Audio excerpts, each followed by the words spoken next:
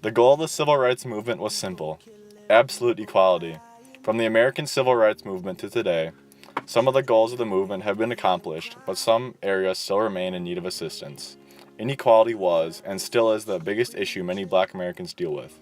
Modern movements such as Black Lives Matter have helped improve the awareness of inequality, but other issues, such as police brutality and segregated schools, still exist today. School segregation still exists because the neighborhoods they are located in are segregated due to public policy and to separate the races residentially. Black students are the most likely to attend schools that are all non white, and schools where poverty, limited resources, and health problems are incredibly frequent. Only 14% of white students attend multiracial schools. Nearly 90% of heavily segregated black schools are schools where more than half the schools are impoverished. However, Brown v. the Board of Education outlawed the segregation in schools. Racial violence is another thing that occurs on a daily basis. African Americans are one of the total 2.3 million people incarcerated. African Americans and Hispanics compose of 58% of all people incarcerated.